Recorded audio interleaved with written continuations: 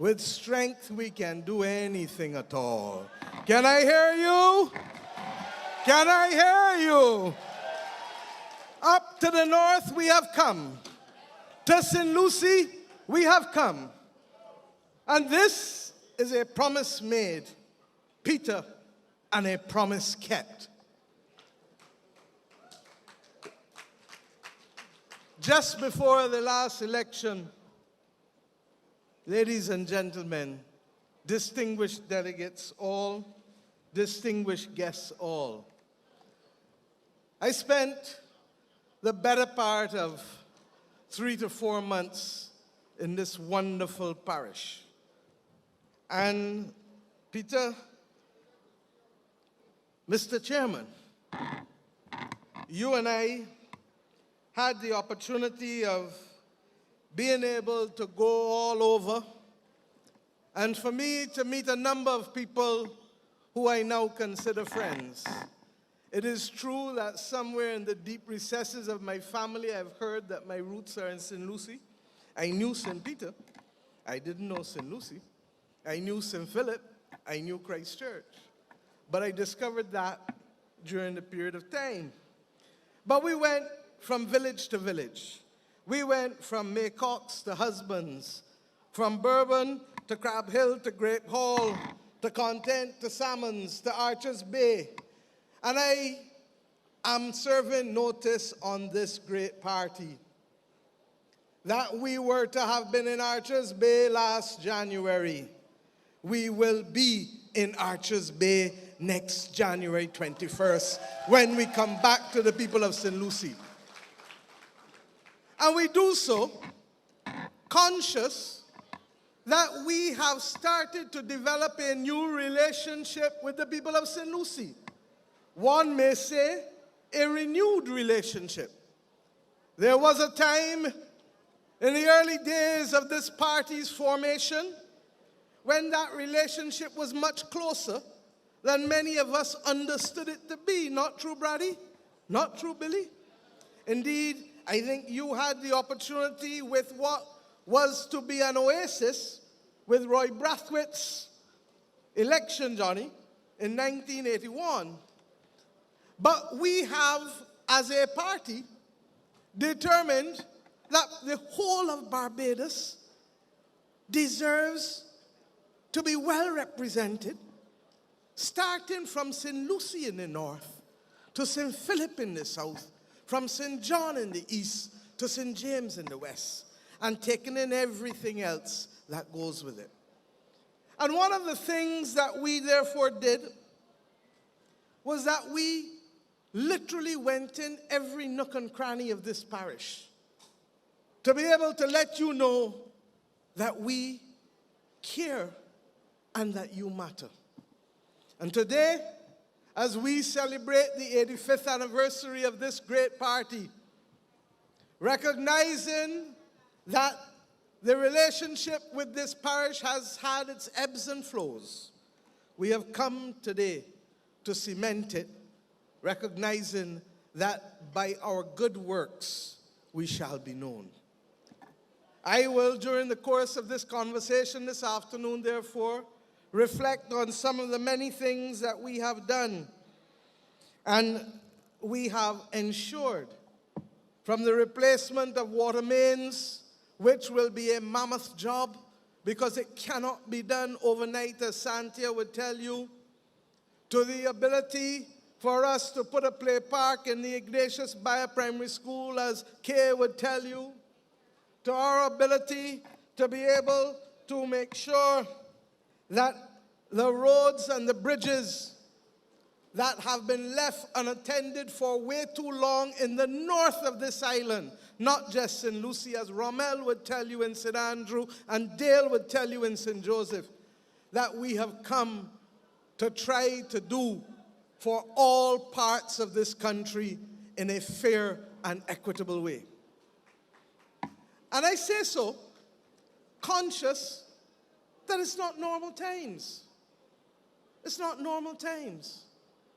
I've spent much of the last 36 hours, other than when I was here last night, having the opportunity to celebrate with so many of you for your stewardship to either country or party. And let me this afternoon celebrate those of you who received your awards. In particular, if I single out the recipient of the Grantley Adams Award, the Honourable Reginald Farley, the incoming chair, who I hand over to willingly and lovingly, and for whom, Reggie, I think it is fair to say that last night represented one of the best speeches you have ever given in public life. You know, it's perhaps a metaphor that we should remember. Because, Reggie, we know that you have just had to carry the heavy burden of burying your father. And it is in difficult times that sometimes the best comes from us.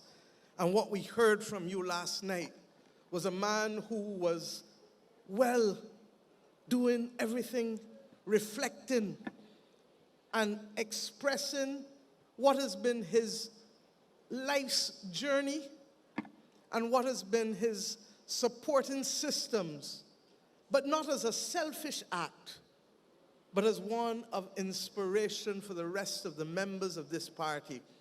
And I will come back to it again, because that which you said must be carried away by each member of this party as we leave St. Lucie today. That if I have not come each and every day to add value, then by very definition, I am subtracting from the institution, be that the country or the party or where I work or the church I worship at. That I must come to add value every single day. And I see our great friend, the Chinese ambassador here, and I reflect because your civilization has been one that has taught us that inch by inch, we shall reach the great heights. But those who believe that there can be an instantaneous transformation want to buy in to the rhetoric of today that believes that everything is instant and nothing requires work, determination, and commitment. So, Reggie, this party salutes you. I'm hopeful that the rest of the party will express to you how much that speech last night hit the right place at the right time, and may I say, by the right person.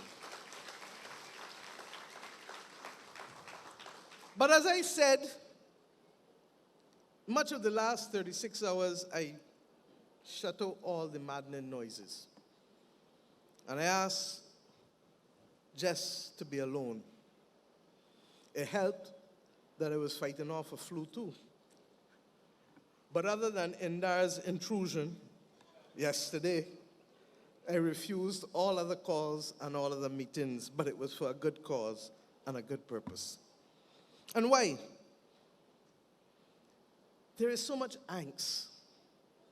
There is so much hesitancy. There is so much tension in the world, but in our own country. And sometimes you have to pause and listen very, very carefully to what is happening and why. I think I understand it. I think I understand that virtually 3 years of restricting the movements of big people, adults, not little children. You can't come out of your house from 6 o'clock in the evening to 6 o'clock in the morning. You can't go to work and get away and get a little breather, because sometimes you don't always want to be in the house because the house means other things you got to listen to. All of those things have conspired to leave the world in a very restless place, and our country is no exception. I ask us that we reflect on it. There are many among us who worry about tomorrow, who worry about next month, who worry about next year. There are many of us who can't figure out how they're going to deal with cost of living, or how they're going to deal with the fact that this rain, in the season of superlatives, as I call it, you go from the very driest first 6 months of the year, you can't get any water at all. Everything dry up. Water Authority, Sante, you had to put restrictions in place to ensure that what little we had could be shared by everybody. And indeed, the first 6 months had half the rainfall average of the last 30 years. Now, as Sabu predicted, the rain was going to come in October, and boy, has it come. But it doesn't only come to be among the wettest, it's also come with an intensity that we're not accustomed to. And that intensity means that the systems that have been built for centuries, that have been modified in recent decades, are no longer appropriate for the task. And that is why the government has requested and received a secondment from a distinguished Barbadian, Mr. Daniel Best from the Caribbean Development Bank, to come and work with William and Santia to ensure that we can redesign all of our systems because they are no longer appropriate for a climate crisis. In terms of food security, we suffer. The people in Mount Poya who we added, they too have known what it is to have to rely on Water Authority trucks bringing water. We've been able to put ponds at River in St. Philip and at Lairs in St. Michael. And we continue to do the investigative work, Santia, with the help of the Caribbean Institute of Meteorology and Hydrology and the Barbados Water Authority working together. Because if we don't get it right, it won't be anxiety that you have. It will be scarcity that you face. And then, of course, you don't know what is real news and what is fake news anymore. People selling wrong things. A man sent me a chicken with a price $52.17, looking like a car number. And it turned out to be 2-3 years ago and a mistake. But I was glad that he did it because we've had meetings with the poultry sector, and I'll speak to that in a little while. My friends, all of these issues have conspired to create that mood. And many of us have seen it. We've talked, Jerome, about the decline in mental health that we are seeing. The fact that some of our young people, regrettably, did not believe that they could see the future and unfortunately took their own lives. It is a rapidly changing world. And if that were not enough to add to the supply disruption, the increased price of oil, for the most part, although it has started to stabilize, and just as we think that it was, bam, conflict breaks out in the Middle East again and threatens to spread. And the consequences of war will be borne by all of us. I asked the cabinet 2 weeks ago, what do you think Barbados was like during World War II? Do you think we heard bombs other than the Cornwallis? I'm told not. But what we had was the consequences of war, the scarcity, the hard times, the sweet potato, big rice.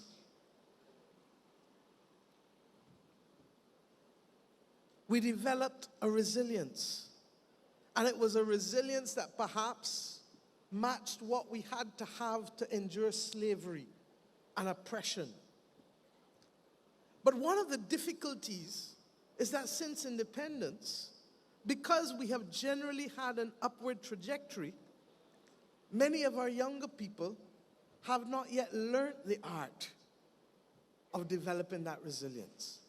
And they are now being put to the test because the world today, regrettably, looks like it did before this party was formed by Chrissy Braffett and Grantley Adams and all of those other distinguished men that gathered in Bay Street at Martineau House to form this party.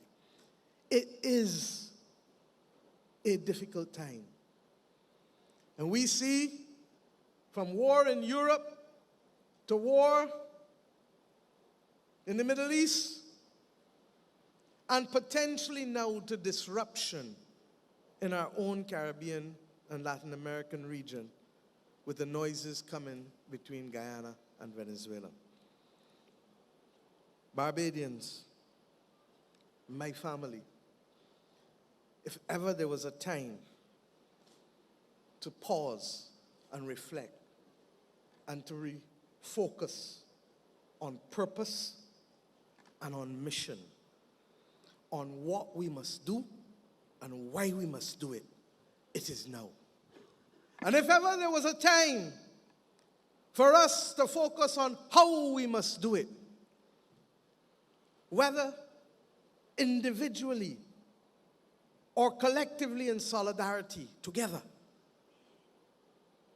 focus on fairness and transparency, it is now.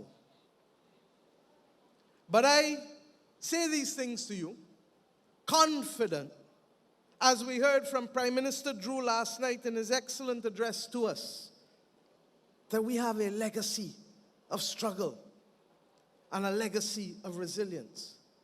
And even though some of our youngsters have not yet gotten in tune with it, because it is in their DNA, it is possible for us to do it. I come here, therefore, today to speak on a few things with us and to remind us that the purpose of this nation is to be able, as is the purpose of this party, to be able to provide a better life for our people. Better means each generation should be able to get better than the previous one. I come today to speak about the fact that better life for our people is not a set of buzzwords. It's not a set of generic words. It's not a slogan. It's the reality of what Grant Lee Adams and Tom Adams and Owen Arthur and Brees and John and Henry Ford and Dr. Cummings, it's the reality of what they were able to bring to our grandparents and our parents by building blocks that you heard Ian so eloquently describe in his introduction to me, and thank you, my dear brother. A better life for our people must rest on missions. What is it that we want to do to make that better life for our people? And let's discuss it. I thank the labor movement and the private sector for recognizing that the only way we can get through this difficult period is by having clear purpose and focus. And when we therefore met on May Day to sign the missions, it wasn't esoteric. Let me tell you what it was about. Let me tell you what it was about. You want, Charles, it is good to see you home. You want Barbados to be safe. Not true? I can't hear you. You want to be healthy and a safe Barbados. Not true? You want to remove poverty from the landscape as far as possible. Poverty of spirit, poverty of physical condition, economic poverty. Not true? And in so doing, you recognize that the way to do that is to empower and to enfranchise Barbadians. Not true? Give them a piece of the rock as well. Not true? You want to make sure that in being able to do that, that you can give people water and food every day. And that water will not, or the absence of water will not be a constraint on development. Not true? You all going a little soft for me. Is the weather? You want to recognize that digitization and the digital world is now, digitization is now the currency that the world uses to bring about greater efficiency and to communicate. Not true? And you want, as Cooper Dan reminded us last night and as Errol Barrow reminded us in 1986, to look in the mirror and to love who you see looking back at you. Not true? And you want to do all of this in a Barbados that is green and pretty, in an ocean environment that is blue and capable of sustaining life. Not true? That's all the 6 missions are. Not a lot of fancy words, not a lot of buzzwords, but it captures the essence of the dreams and the aspirations of each and every Barbadian. And all that we have said is that by 2030, let us make this country safer. I don't want any more people worrying about whether a bullet can fly through a ZR or a PSV at Eagle Hall Crossroad. That's not the Barbados that we want. I don't want to see litter strewn. And it irks me, as my cabinet will tell you, that when I see 2 inches of grass growing, I feel that we are not applying the principle of many hands make light work. Because the Barbados in which I grew up, people didn't wait for government to come and clean in front of the house or the side of the road or the derelict vehicles to be moved or the bush next to them. The Barbados in which I grew up was one where there was so much solidarity that people would say, oh, they got a bank holiday this weekend, but we're going to go to church Sunday morning, we're going to clean up Sunday afternoon, and we're going to drink into tonight for the bank holiday tomorrow. A lie? That is the Barbados we knew.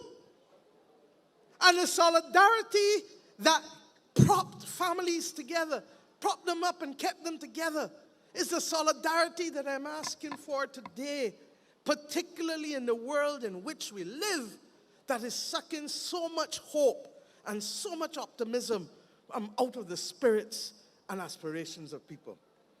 I ask us to recognize that if we are to meet these missions by 2030, if we are to remove poverty from this landscape,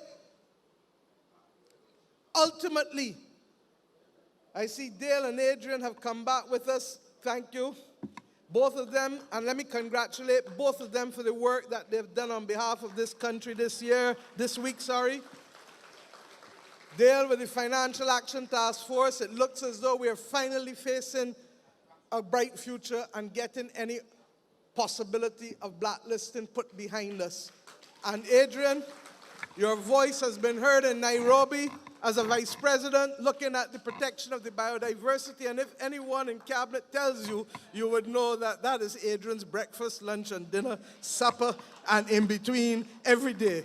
He speaks it, he walks it, that is him. But I'm making the point that if we are going to do the things that will make your life better, we have to have staging points. And we have set 2030 as the first staging point, not the final destination. But if we don't set a target, look at me. I realized in July that things was getting out of hand. And I changed up completely how I eat, because I have set myself a target 1 year from now. That if I'm going to ask you to be healthy, I can't ask you to be healthy. I can't do like casual and do as I say and not as I do. I can't be like the man who tells people sick out but then go to work the next morning. I have to walk the walk. And from what I'm hearing from some of you, it's beginning to show. But the country is no different. The country has to set a mission, a destination. But along the destination, there are staging points. And the first staging point for us has to be 2030. Has to be to reduce crime by 50%. Has to be improve wellness in this country. There are too many Barbadians with diabetes. Too many Barbadians now facing the spectacle of dialysis. Too many Barbadians with chronic NCDs. And just as we were able to do well with COVID, we want to do well with the non-communicable chronic diseases. But that means changing how we live. And that's why we have a ministry of wellness. That means moving more. We want to be able, Santi, to make sure that we can get as much water to the people in St. Lucie, to Christchurch in recent times. And we hope that the Rising Sun tanks will soon add to the capacity of the Water Authority to distribute so that the people in Christchurch don't feel that they have been left out in Kingsland and Watton and Newton, in Fort George in your own constituency. We have to be able to plant more. Nobody's coming to feed us. And the reality is that what we are learning is that the open field agriculture that has worked well for us may not be actually on point in a climate crisis, and that we may need to develop more controlled environments to be able to ensure that the water is not wasted because it is scarce, and that the control is there, and that most of all, when you see water coming down like this, you know the pests can come. And you know when the pests come, the problem is, can we withstand and get the yields that we need, particularly given that the soils generally across the world are deteriorating. So all of these things that I'm referring to are practical things. And they come to make a meaningful difference in your life. Enfranchisement. When people told us that we could not have a minimum wage in the middle of COVID, we said, no, we disagree. And we have now had it almost for 3 years, and the country has not collapsed. But the people and the families who have benefited from it, it has made a significant difference in the quality of their lives. So my friends, if we are going to make it through, I suspect, what is likely to be 10 or 15 years of difficult times in the global environment, if ever there was a time for Bajans to band together, if ever there was a time for, you remember the human chain link fence with Auntie Olga? If ever there was a time for us to hold hands and bind together, it is now.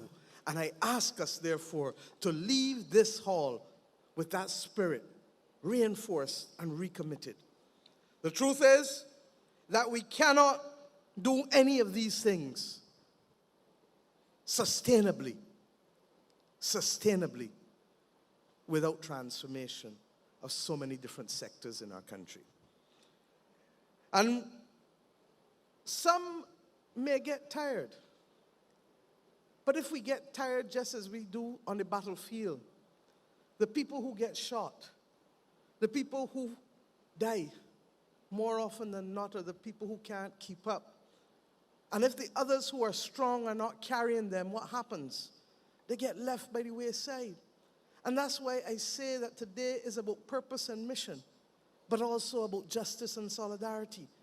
Because we know what it is in this country from the days of slavery to look back and look across and look ahead of us and to lift each other up, because we know that none of us individually is strong enough to meet the forces of oppression, whether those forces of oppression were in slavery, in colonialism, or in the international headwinds of today that we are facing. It is the same recipe for success. The question is, are we up to it? And I believe that we are. And where therefore must the transformation come? The transformation must come as we have started to do. And I understand that growing pains are sometimes cause hurt. But you're better off for it. Nobody wants to remain stunted in growth at 30 and 50 and 60 years old. You have to grow. But growing pains means that sometimes you have a little pains, a little restlessness, a little uncertainty. And no different with a country. So, pension reform. We knew we were on a pathway to destruction, and that many of the young people and the middle-aged people who are working today would find themselves in difficulties 15 years from now, 20 years from now. Do we stand idly by and do nothing when the train is coming at us? Or do we get involved and fix it? And I want to thank Colin Jordan and Marsha and all of those who took up the heavy weight. I laugh when I hear that nothing was done, the consultation wasn't there. You mean the consultation that started in July 2022 and went on for a full year before we settled? A full year? And which, by the way, has been so adjusted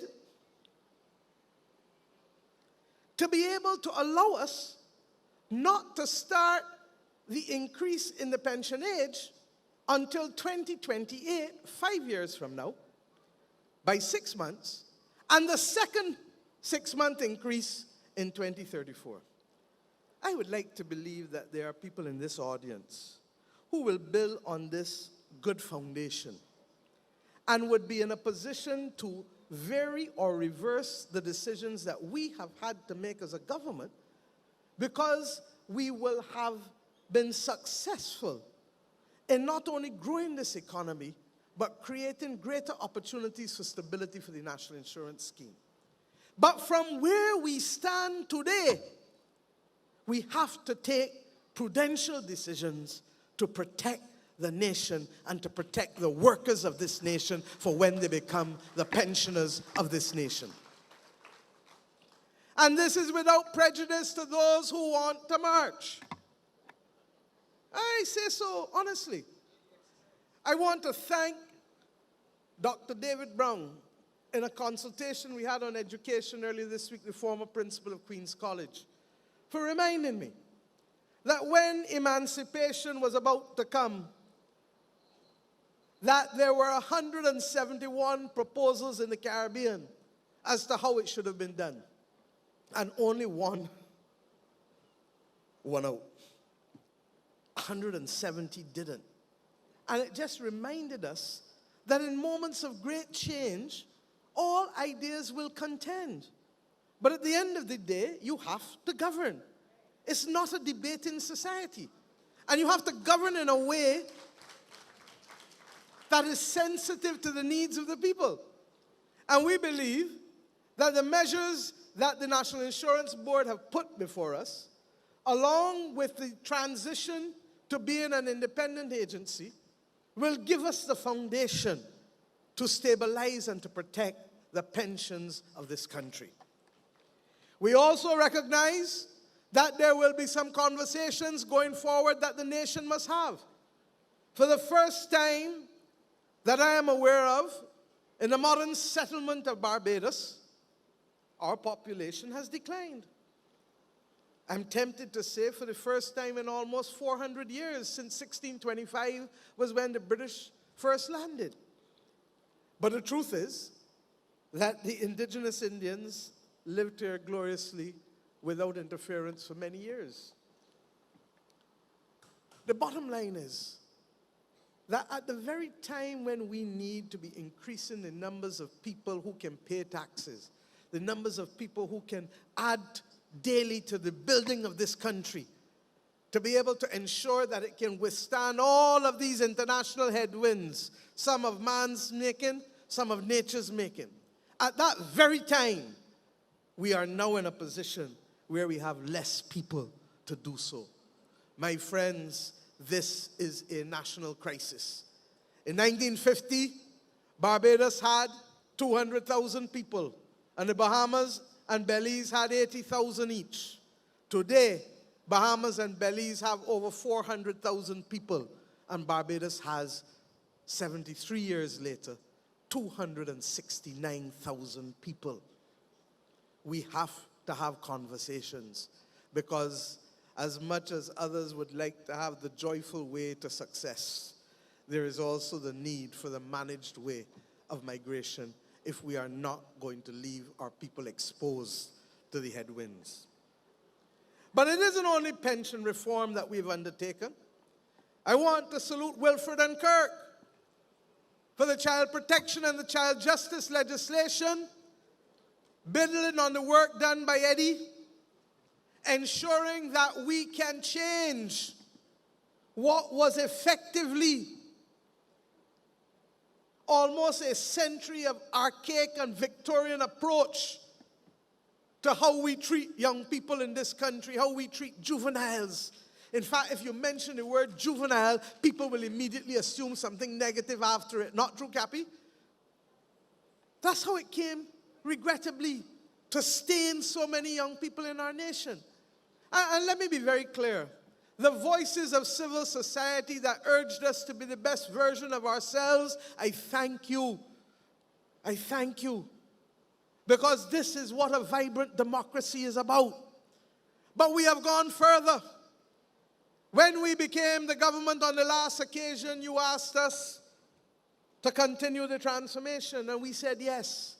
And one of the things we have introduced to our parliament is standing select committees on the social sector, the economic sector, and the governance sector. And I want to thank Comrade Tony Moore and the members of the social committee for allowing us to get off the ground with the review of the child justice and the child protection legislation in the full glare of the people of Barbados, to see what are the views of the opposition, what are the views of those who have concerns, whether religious-driven or otherwise, what are the views of the average people here and even internationally. This is how we govern well. And I look forward to history being made when those first reports come back to the full House of Assembly with us with the recommendations as to how we should treat. And if there are further amendments to be made, if the amendments are acceptable to the Parliament, they shall be made and democracy shall have been strengthened. But we have also undertaken financial management reform, Ryan, from the very first day in 2018, with the Public Financial Management Act and all of the different pieces of legislation that have come down. And I'm not going to tell you everything is great, because we have had now to engage a retired person from the Caribbean Development Bank to be able to do the training in each and every ministry and each and every department and agency, because part of what the Treasury has been blamed for by the Auditor General, when I asked Prime Minister Trudeau to send down someone from their Treasury who had just retired earlier this year to look at the recommendations, or the comments rather, from the Auditor General and look at the standards that we should adhere to, he said, Prime Minister, if you're not putting in right, you can't get out right. And part of the difficulty is that there are too many different practices, line ministry by line ministry, department by department, agency by agency. And as has been our habit, we say, teach the people, train the people. If you get it wrong the first time, talk with you. If you get it wrong the second time, write you. If you get it wrong the third time, warn you. And if you get it wrong the fourth time, you're looking for recidivism. It means that you're making the mistake over and over and over. And if you're learning, let me have a conversation about what else you may be able to do better. This is how we must govern. And that is why I don't get upset with the Auditor General's reports. Because more often than not, the Auditor General's reports under this government have led to issues of systems, competence, efficiency. And it's not that there may not be some things happening, because if I am aware, I am going to deal with it. But I'm telling you that in most instances, this is what it has been about. And if we are therefore going to make the country better and more efficient, these are the difficult things we must do. We have been undertaking welfare reform. Kirk, you have spent the last year in change management, trying to work out how you're going to bring Child Care Board and Welfare Department and National Assistance Board. And I want this today to welcome all who have come from the disabled community to say thank you for joining us. This conference is more special for me because you have come here today, and we welcome you with open arms. We are aware of the excellent work done by Eddie Hinkson on the Disabilities Commission. Thank you, my brother. And we are aware of the new deal that we are about to place before the country for you. We accept that everything cannot happen overnight. But we are going to build the blocks one by one by one to make your existence in this country better. And those who support you must also be given support in order to ease the burden that is on them, the respite that is needed. But the work that Kirk is doing, once again, to change a 19th century Victorian welfare system to a 21st century modern Barbadian system that sees people, that hears people, that feels people, is the only thing that the legacy of Grantley Adams could dispose us to want to do. And when we met, therefore, in that most appropriate of places in Golden Square 2 weeks ago to launch the One Family Initiative, it was to remind all of Barbados that this is not a mission for the government alone, that this is a mission for the country. This is a mission for all families. And if it is that 1 out of every 5 families is below the poverty line, then what does that mean, my friends? That 4 out of every 5 is above the poverty line. And in the same way that we held hands with the private sector and labor and the households of this country to be able to save the dollar in 2018. And in the same way, we endured and succeeded in the fight against COVID by working between the private and the public sector and the workers of this country and the households of this country, by complying with the restrictions. Then I say to you that within deep in my bosom, I know that we can eliminate poverty in Barbados in our lifetime if we work assiduously together to do it. And it isn't government alone, as I said. It's about the families who now want to adopt a family.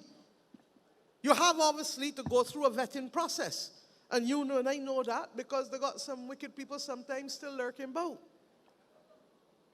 But once you come through that vetting process, the ability to take a family and not put something in a food bank where you don't know who is the beneficiary, but to see that family and to understand their circumstances, to understand how the grandmother that was keeping everything together suddenly died from a heart attack. And the money that was therefore coming into the household is not there anymore. But you can go and you can happen to buy 2 extra chickens, especially with what Indar has been doing to keep the prices down, that I'll share with you soon and that you will see in the papers tomorrow.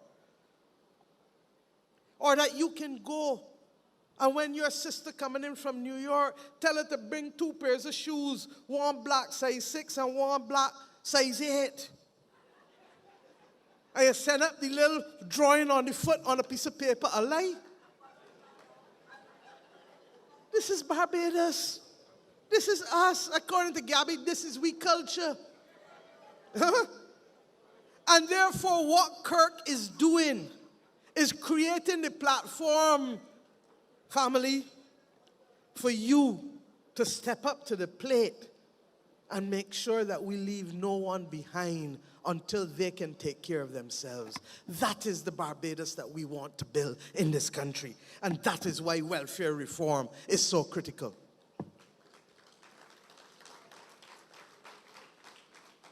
But if we deal with welfare reform alone,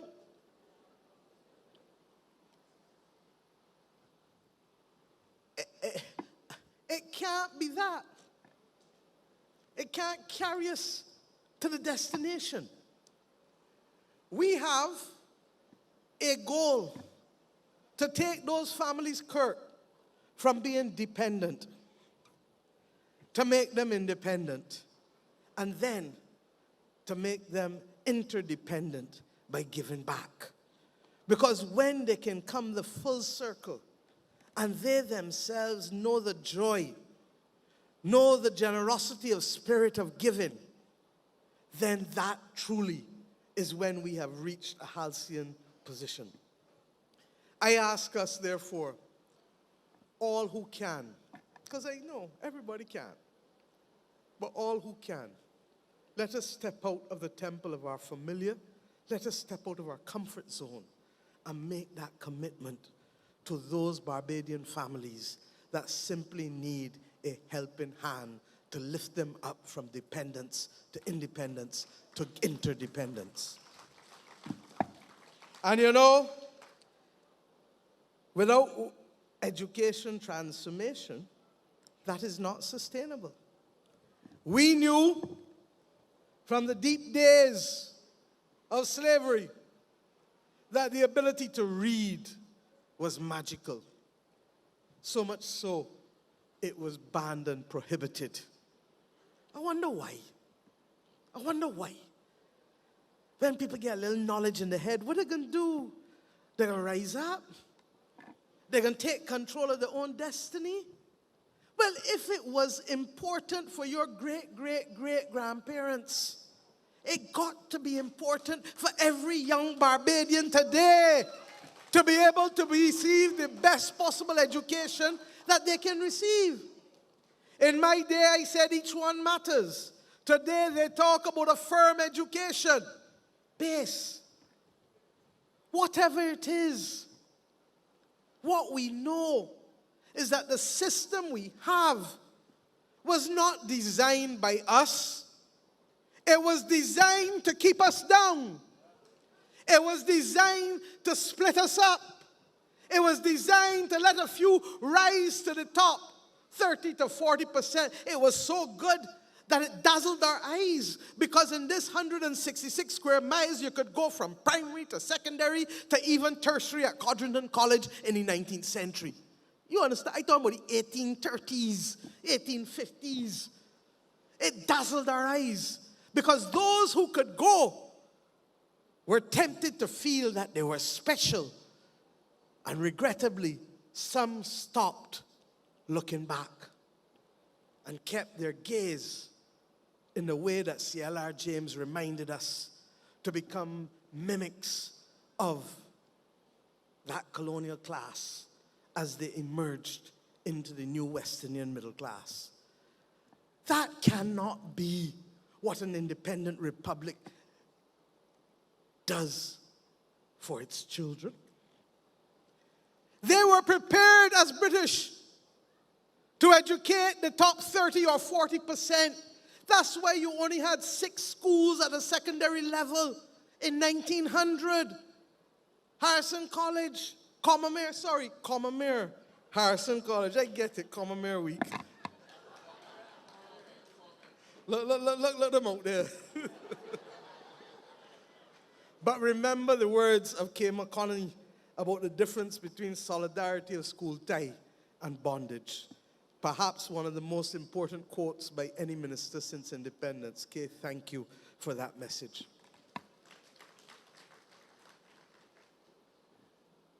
Believe you me, in 1900 we only had 6 secondary schools because the British believed that it was appropriate for the rest just to be educated to 7th standard at primary. Now the truth is, a good 7th standard education gave you a good foundation. But it was not the epitome of where you could go and should go. And it was therefore left for you to be able to be corralled, almost like cattle, to be there, to be the hewers of wood and the drawers of water, but not to reach the pinnacle of educational accomplishment, not to be the global citizens with Bajan roots that we want for you today. And I reflected on this long and hard because transformation is not easy. Indeed, the easiest thing is to do nothing. And that's why, Reggie, what you said yesterday made so much sense, that if you are not adding value by simply having benign neglect, you are subtracting. And how could this party receive a mandate from the people of this nation for transformation in the best Barbados that we could be, in the manifestos that we put before them, promising transformation, and sitting down and doing nothing? And there's no secret to it. You know and I know, Santia, God bless you, when you were Minister of Education and we were on the road to try and start this journey, man has plans and God has plans. And we give thanks that you were able to overcome all of those obstacles from early. And when you return to us, ready for work again in December 2019, what happened? Next month, COVID jumped into us. And therefore, Kay, the mantle was handed to you, and you started the process of consultation in July of 2022. 15 months of consultation at different levels with different stakeholders. And I want to say that we have approached education transformation not as something that has come only from the bosom of the Labour Party. That would be folly. There are things from the white paper, yes, that were left from my time. There are things from Ronald Jones and the National Advisory Commission on Education, the NACE report, as it was called. And in fairness to Ronald, the fiscal circumstances of the country did not allow him to do anything other than to look at the report. And we have taken those two reports, along with the consultations with the other people, and synthesized them to be able to produce to the country a platform for transformation that 80% of it, I see some of you in here, 80% of it is not controversial at all. And the 20% that maybe has its genesis in the NACE report and in the white paper. I can say without fear of contradiction that had Owen Arthur had the political mandate that I have, that we would have done everything when I was Minister of Education. But we didn't have it. I can say without fear of contradiction that if Ronald Jones had more fiscal space in the government that he was in, that he would have done far more.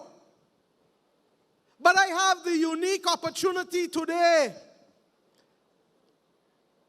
to be able to have both the mandate and the fiscal space to prioritize and to put at the top of our list the transformation of education so that we see all Bajan children, so that we provide chances for all Bajan children.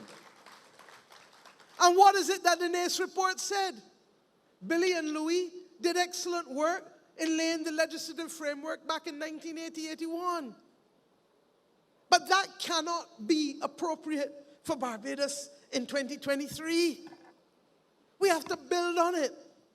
And we saw with what happened at Springer Memorial that there are things that will happen that the ministry has to give guidance on across the board that in my time was not really an issue. If you were doing a drill in my time, nobody would have been creative enough to talk about bringing people on the plant with cutlasses and all other kinds of implements. Because that was not the Barbados in which we live, Liz. It wasn't. But what has happened is that sometimes exuberance in the absence of protocols can lead to problems.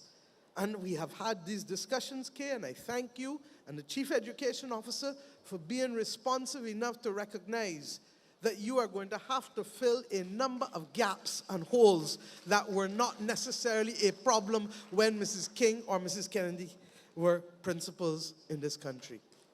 Things have changed.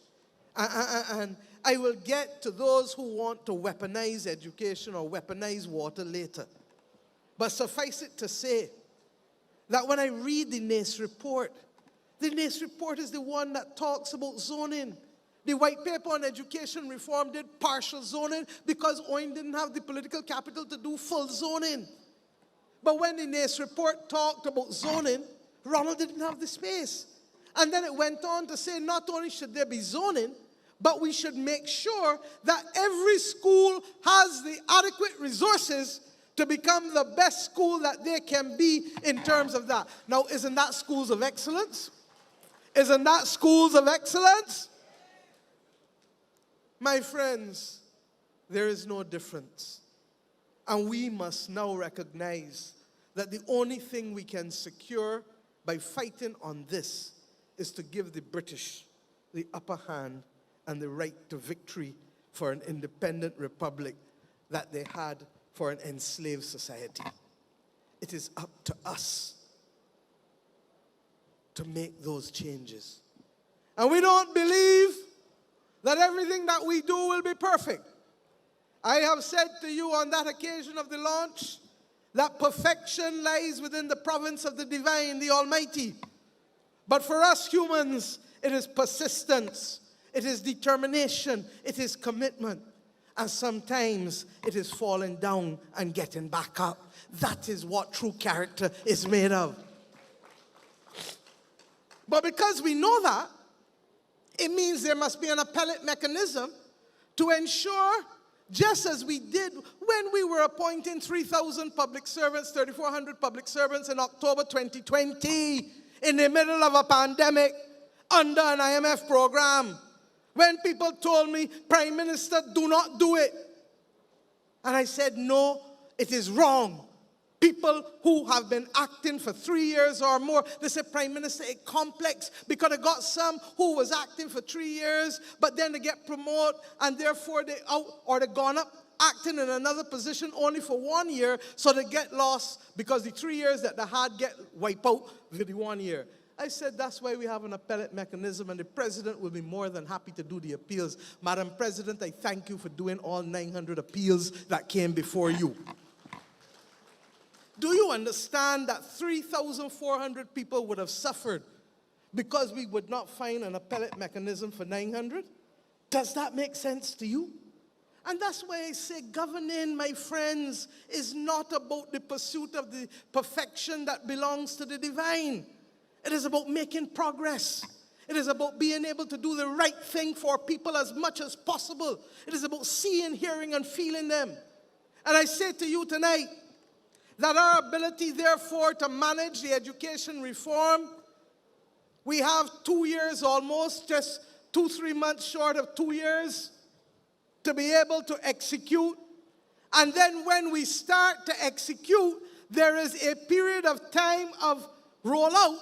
That means that you're effectively doing this over 5 years. So this is not being shoved down anybody's throat. But what it is, and this is where the fiscal purse strings matter. Because I, as Minister of Finance with Ryan, have to ensure that when St. Lucie needs to remove the prefabs from the Darrell Jordan School, needs to remove the prefabs from here, they can be removed. That when they need to upgrade the equipment, it can be upgraded. And that by school, as I've said over and over, it is not only the children who go to private school that must be looking at and working on a campus that feels right, that is appropriately landscaped, that is comfortable to come in. The notion, Billy, of the World Bank schools, God bless them for helping us give access. But the problem with the World Bank schools was that they were dark, they were dreary, they were damp, and they're still, up until the other day, it's only Frederick Smith that started to change recently. I haven't gone in Dighton Griffiths, so I don't know whether that has been painted up too. But look at this hall. This is what every school must look like. Look at Foundation School Hall the other night. That is what every school must look like. And we have committed to put the purse strings where we are putting our principles. And we are also making sure that we can have a proper foundation by committing to every child from 3 years old that you have a right to pre-primary education, because we know if you're putting the early groceries, you're going to get the kind of results that we need for children in this country. And not just in a vacuum. We know how easy it is for children to learn languages at that stage. We know how easy it is. Children are like sponges. But we are not also blinded. And we understand that we need to step out of the temple of our familiar and go into new modalities. As recent as Wednesday this week, we met with a private school provider who went in to the business of the school purely because her own children demanded it, because she had children at both ends of the spectrum. highly gifted and highly in need of support dyslexic. And she gave up her job. And she has been able to carry those two that she started with to 70 with 20 members of staff. By the same token, New Horizon that we have up at Erdeston only has 15 kids. And I believe about 5 members of staff. And we will introduce then, rather than simply giving bursaries as was done in the past, we will introduce a new model of public-private participation in the delivery of education in this country, where there are people particularly focusing on special needs. We will focus and integrate them in the public schools too, but you also know that there are some cases where people have a special setup. And in her school, children are not taught according to age alone. She has older kids with younger kids. And we will use this as an example, and if it works, then we will replicate it across other things. We have the capacity to make this move now. Because in addition to the fiscal space, we have also the reality that with the population decline, there are almost 15,000 less school children going to school at primary and secondary in this country than when I was Minister of Education 30 years ago. But we have not sent home a single teacher in the 30 years. It therefore means that we have the ability to provide with rearrangement all of the things that we need to do to guarantee 3 to 5-year-olds can have education as of right in this country. And I look forward to working with the Ministry of Education, the parents of Barbados, the teachers of Barbados, to make sure that every aspect shall be taken seriously. We have a proposal now from Columbia University, an Ivy League university. I didn't mention the name at the launch, but Columbia University is willing to partner with us, and we are entering negotiations now. I met with them in New York 3 weeks ago. They've put the proposals to help us do 2 things for teachers in this country at Erdeston Teachers and what we hope will be Erdeston Teachers and Leadership College, because leadership is critical. They have agreed that we must deal with the consequences of COVID. We are one of the few countries in the world, not just the Caribbean, that did a diagnostic testing post-COVID across the system to see where we are. How many people in here, right down to the back, how many people in here would have make it where you are today if you lost 3 years of schooling? If you couldn't go to school for 3 years? How many of us would be standing where we are today if we didn't have the opportunity to go to school every day, every year? Our children have suffered in a major way, not just in Barbados, but across the globe. And it is our duty. Some of them have left school already, and that is why an adult literacy program, anchored with the reasoning program, Kirk and Corey, is critical. But in addition, those that are due to leave school next June, there must be an intervention to at least ensure strengthened literacy and numeracy and the social and emotional maturity, learning targets that we need to make sure that they have to be there. Guns don't walk, you know. Guns don't talk. And what makes the difference is the human being who is next to the gun. And if you can articulate how you feel, then you are in a position, my friends, to make a difference by not wanting to go down the wrong way. Right is right and wrong is wrong. And the two ain't spelled the same way. And that's why literacy is important as well. But it isn't only education transformation. The Attorney General has started the consultations for criminal justice reform. There were 2 major national occurrences that had people from all backgrounds and all spectrums. And I am now, I believe, awaiting for the submission to Cabinet the legislative changes that were pretty much agreed upon in those consultations that are absolutely critical to equally take another 19th century system. You realize how many 19th century systems I'm talking about in the 21st century? I can't even miss and say the last century. Grantley could have do that. Tom could have do that. Owen couldn't even fully do it. 19th century systems. And AG, we anxiously await the suite of legislation that will modernize our criminal justice system, and Wilfred, the corrections services paper that will make the difference to it, because we need to be able to give our people a new deal with respect to how we deal with criminal justice.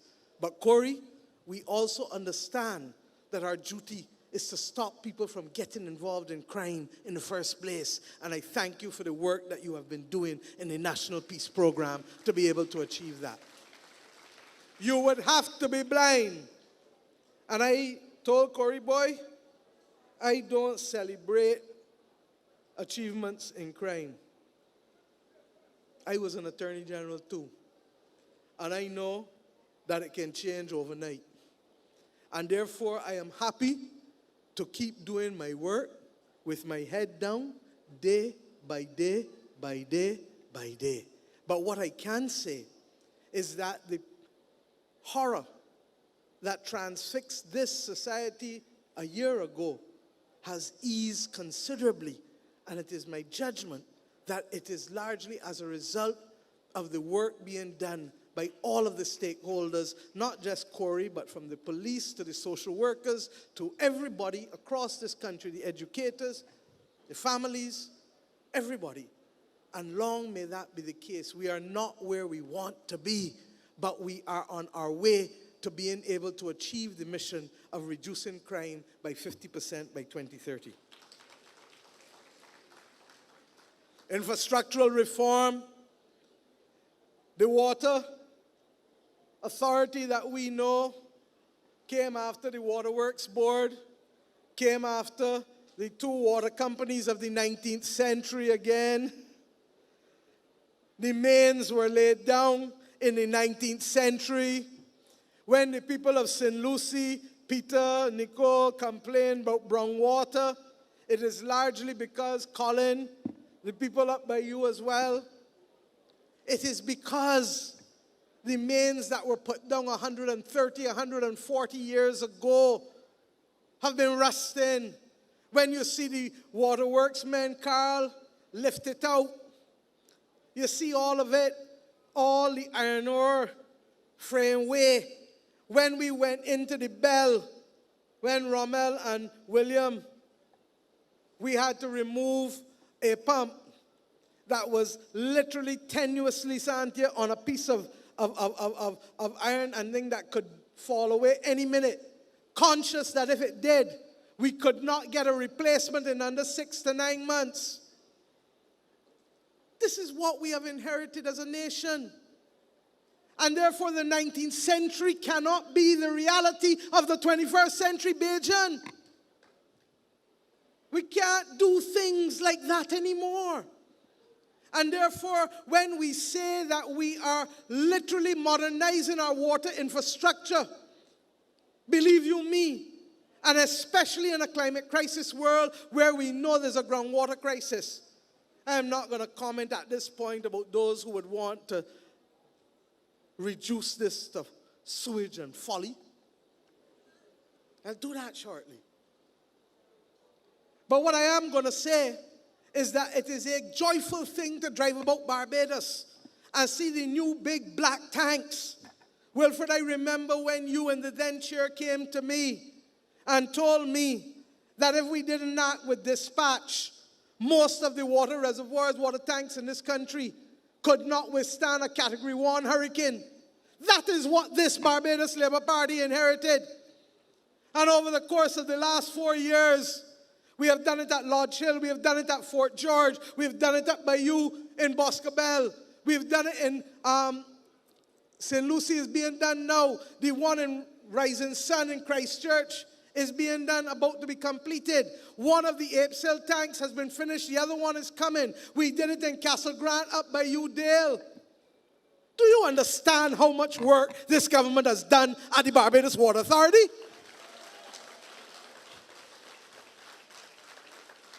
I remember going in St. Joseph on December 31st, Dale, with you and my dear beloved friend who is no longer with us, God bless his soul, Boo Husbands. I'm moving from district to district, Pat. And we promised the people of St. Joseph that we would deal with it. We dealt with it. Peter, I've promised the people of St. Lucie and Colin, the people of St. Peter, we have not forgotten you. I wish I could twiddle the nose or stop a thing and make it happen overnight. But it takes time. But one sure thing is that you have seen the progress and you know that it is also coming to you in those areas that have not fully benefited yet. But it's the best bill in the world. You cannot replace 2,500 kilometers of pipe in 5 years or 7 years or even 10 years. It is a 25-year effort. And it must therefore be something that is ingrained in the minds of every Barbadian. Because that is why it is a mission that we must be able to make sure people can get water and get food each and every day.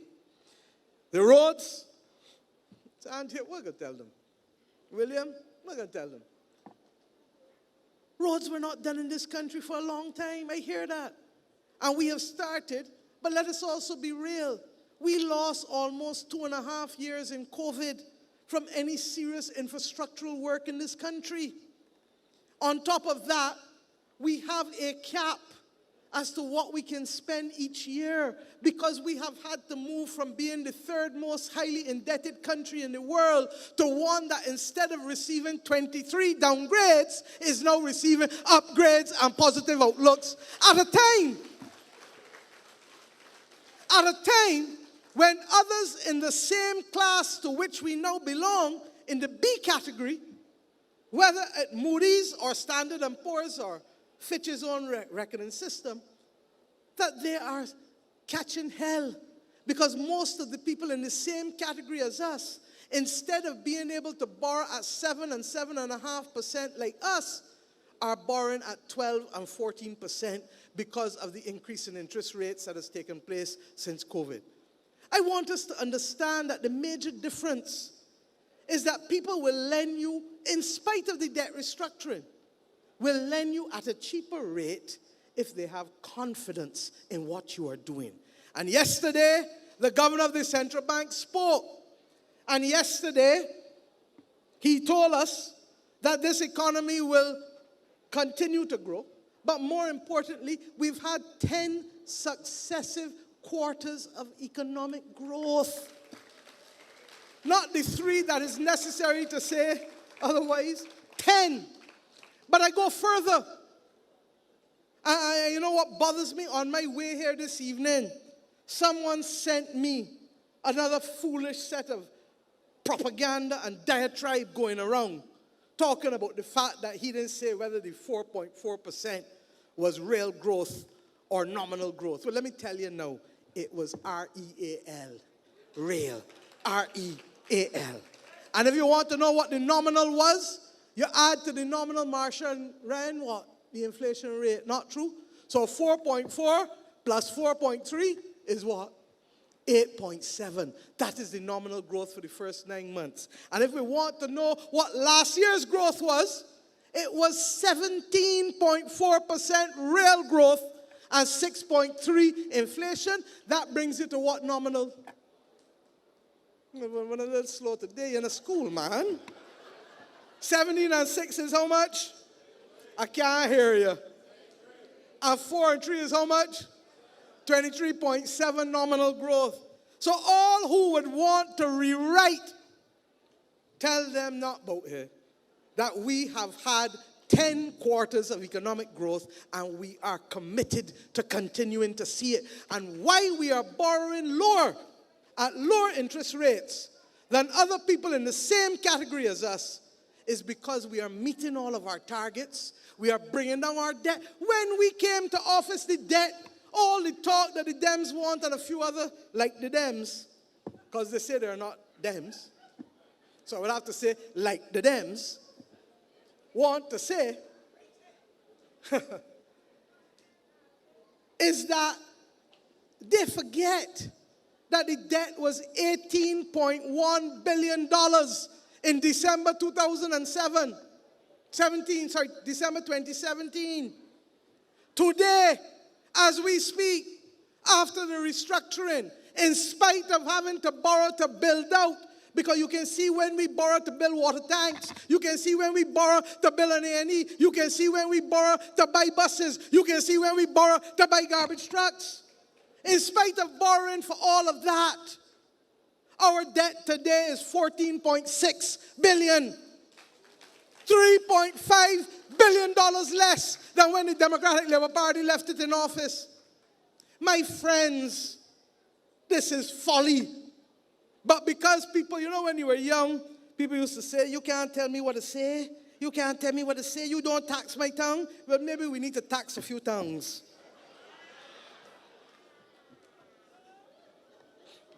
Maybe we need to. My friends, trust me, this country has seen all of the indices go in the right direction. Unemployment, 8.5%. And I will announce a few initiatives also when I come to the rest of the transformation. Inflation coming down, we acknowledge that it is still elevated. And it is elevated largely because there is a demand for services in this country. After people were home for 3 years, people now going out again. People spending again, crets going on, drinks and foods selling. People changing cars. We are watching, and the reason why we've been able to bring it down is part of the imported inflation. I ain't only blaming it, I can give it credit when it is due too. Part of the imported inflation has come down because oil prices came down from the high that it was at. But even with oil prices coming down, what do we now have? Last night, Gaza looked like a firestorm. And we sit here today not knowing what our future would be like in a few weeks' time.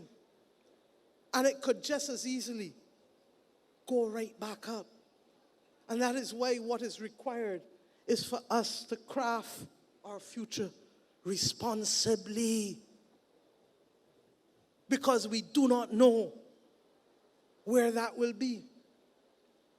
I hope that the rhetoric and noise between Venezuela and Guyana does not turn our Caribbean into anything that is not a zone of peace, because it matters to us that this Caribbean remains a zone of peace. And we ask those parties to recognize that their actions go beyond their two countries. CARICOM has spoken, but equally, we know that Venezuela has been a good sister country to us. And we pray that, therefore, persons will allow maturity to attend all of their actions and conversations. I say these things because this country, the average man and woman in this country from Tree Hill, right back down to Penny Hole, right back to Black Rock, across to Haynesville, must know that what we are facing is not only of our own making, but we are also victims of an international set of circumstances. And when you see me travel, it's not because I feel as though I want to put hard wear and tear on my body. It is because Barbados has a perspective, and that our perspective must be heard. And our perspective matters. When Errol Barrow told the world that we were friends of all and satellites of none, he wasn't telling them that to stay in Bridgetown. He could have gone in Emerton Lane and said it like Gabby. He was telling the world with whom we have to interact. That we need to be able to take principled pragmatism as our guide, as a small developing state, and that we need the fiscal space. That is why, and the policy space, and that is why we have crafted the Bridgetown Initiative to be able to get a better deal for small island developing states and developing countries globally. And we give thanks that the world is listening to us. We're not where we want to be, but you can get there overnight when they were suppressing you all the years. It takes time. But what we have been able to do is to start to move the needle. Nobody knew anything about debt pause clauses. If Barbados gets hit, God forbid, tomorrow by a bad hurricane, we can stop paying our debt, principal and interest for 2 years. Because it means that we can then focus on those who cannot take care of themselves. And we can give Sante the money to do the roads again that will be mashed up. And Dwight the money to do the housing that needs, particularly for those people who can't do it on their own and for whom insurance is a bridge too far because of the premiums going up and up and up. We live in a world where Californians can no longer get insurance for wildfire. We live in a world where Florida is seeing insurance companies retreat and retreat. And therefore, the debt pause clauses. Barbados is the biggest issuer of debt in the entire world with debt clauses in it. And it wasn't us. I'm not trying to claim anything. Grenada and St. Kitts. But the same people that people wanted to curse the government for hiring, White Oak, is who sat with us and crafted the clauses so that if we get hit tomorrow, what does that 2 years translate to? It translates, my friends, to over $2 billion. $2 billion that we would have to spend on Bajans and Bajan infrastructure instead of spending it on debt. When my friends from Argentina asked for us to work with them to remove the surcharges, the IMF told us no at first. But I am confident now that we will see movement on the elimination or reduction of surcharges, because in a high interest environment, it is wrong. So that the Bridgetown Initiative isn't about us alone. We brought people here. We convened people. And we added to the people. Ryan added. All of them added.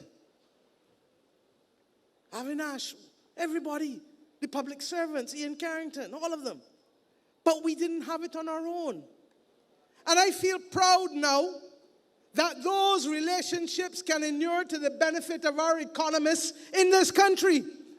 Last Monday, we had a meeting with the distinguished Professor Jeffrey Sachs. And I can tell tales out of school. I don't normally do this.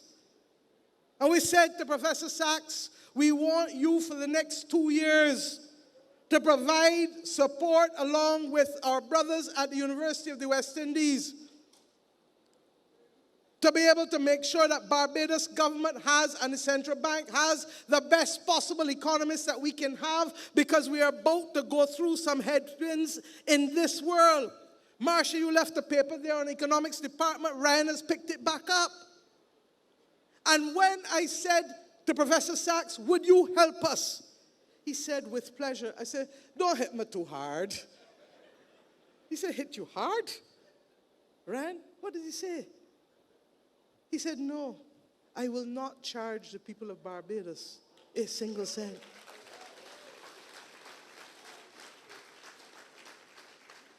These are the relationships that we are bringing to the benefit of the people of this nation.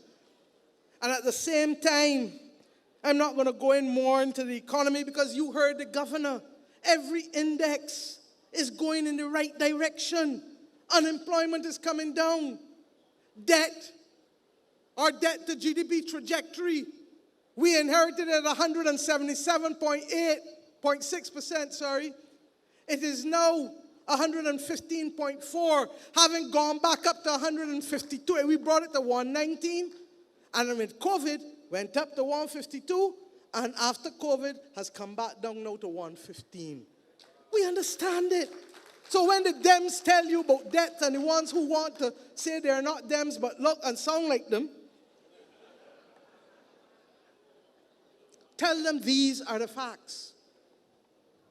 The credit in this country is being extended. If I have one concern, and I speak straight, I'm going to have to address the country in a few weeks' time on corporation taxes and a global minimum corporate tax. Because in 2021, all of the countries of the world, except for a handful, got together and agreed that corporation taxes should be increased to 15% as part of a global minimum tax for companies over a certain threshold. What is the DNA, what is the anatomy of our corporation taxes? We collected about $470 million last year. When I was Minister of Economic Development in 2007, we were collecting, Reggie, $520 million. You know why it dropped to rock bottom? Because our relationships in the international business sector started to change. And the benefits that we got from Canada, that is why I was in Canada last week again, started to dwindle. And what we now have, 400 of the 470 million comes from outside of Barbados. Now that can't continue just so. And in addition to that, what we were able to do is to create a bounty for all of the corporate tax holders, small and larger companies in this country. And you got it at the very time that you needed it the most during COVID. So you had some buffer there because of reduced payment of corporate taxes. We cannot guarantee that going forward because of the global circumstances. And it will mean that if we tried to do things that were too risky and too flashy, we would get blacklisted again. And if we did, companies that have been with us for over 100 years, Manufacturers Life wrote its first policy in Barbados in 1894. CIBC Bank and Royal Bank of Canada are all more than 100 years in this country on this 166 square miles, and Scotiabank is near 80, if not 80. So I will simply say this. If I have a disappointment, it is that our domestic corporate taxpayers have preferred to keep their money more in the banks, and may well have to do with COVID coming in and people believing that now is not the time to invest. But if we don't invest, we cannot grow and keep growing. And therefore, I will speak to the country in fuller times on that. With respect to the other aspects of transformation, housing is on its way. I would be lying to you if I didn't tell you that I was disappointed with the pace. But I now have a whole host of things that will see. Most of this document here is a report on all the different sites across Barbados, from St. Philip down to even St. Lucie, Peter, with 300 lots at Bright Hall in St. Lucie to come. All across the country. But our problem, if I'm to speak very frankly with you, has been that we have gotten accustomed to doing things almost in an artisanal and small way. But the country needs now to move to industrial scale. And to move to industrial scale means different personnel, newer personnel who understand how to do things on an industrial scale basis. But it also means different systems. And the truth is, Dwight, it has taken us longer, but I think we are almost at that point where we will have the capacity to see the throughput of houses move from hundreds to the 2,000 that I want by the end of next year or the middle of the year after. And I don't feel any way, because what I'm changing and what Dwight is changing is, and William, is decades of doing things in small doses. And you can't bring about industrial scale by small steps or small actions. So that I hope that we will be able to see a major change, but we have also been victims of the supply chain disruption, and we have also been victims, and I'm sure you'll hear about it more in the future, as Jerome will tell you, of the lack of transit visas for those who wanted to help us from outside for almost 11 months. Could not get to Barbados. We ourselves had the same problem when we wanted to bring in the nurses. And Ian, you were Minister of Health at the time. And what we did was to ensure that we chartered a plane to bring the nurses from Ghana, because the United Kingdom and the United States of America and the European countries would not give them transit visas to get to Barbados from those countries. And that's why we have had to manage all these things. You could talk a hymn a ton. If the people ain't letting them come through the country, you can't get them through. And that's why I say that we must correct the historical wrongs that leave us without a direct link to Africa from whence we came. You can't be the victim of who allows people to pass through their countries to come and see you. But that's like you living next door to somebody, Jennifer, and the body telling you that Liz can't come and see you because Liz can't pass through their land to get to you. We will make a noise. But making a noise can't really help. What you have to do is to build a bridge and to get them there. So I have every confidence that, and let me say, when I talk about poverty of the human condition, we cannot change it in this country without bringing about that silent housing revolution that we are committed to bringing about. And this government will move and press ahead on all types of housing to make sure that Bajans of every level can get access to it. And let me deal, as I dealt with at Foundation the other night. The last government gave away the houses in the National Housing Corporation to tenants who served 20 years or more.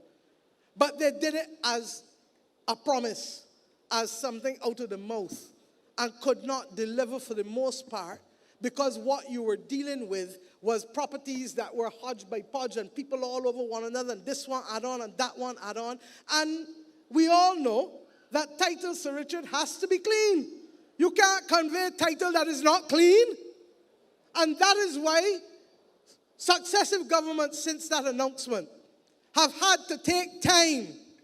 A few in Haynesville and one or two other places have gotten, but the majority have not gotten because of the lack of clean title, which we're trying to resolve. And because in some instances from Belle Plaine and a few other of the old housing estates, the absence of a ring beam to be able to deliver for them. So my friends, I expect to see progress in that.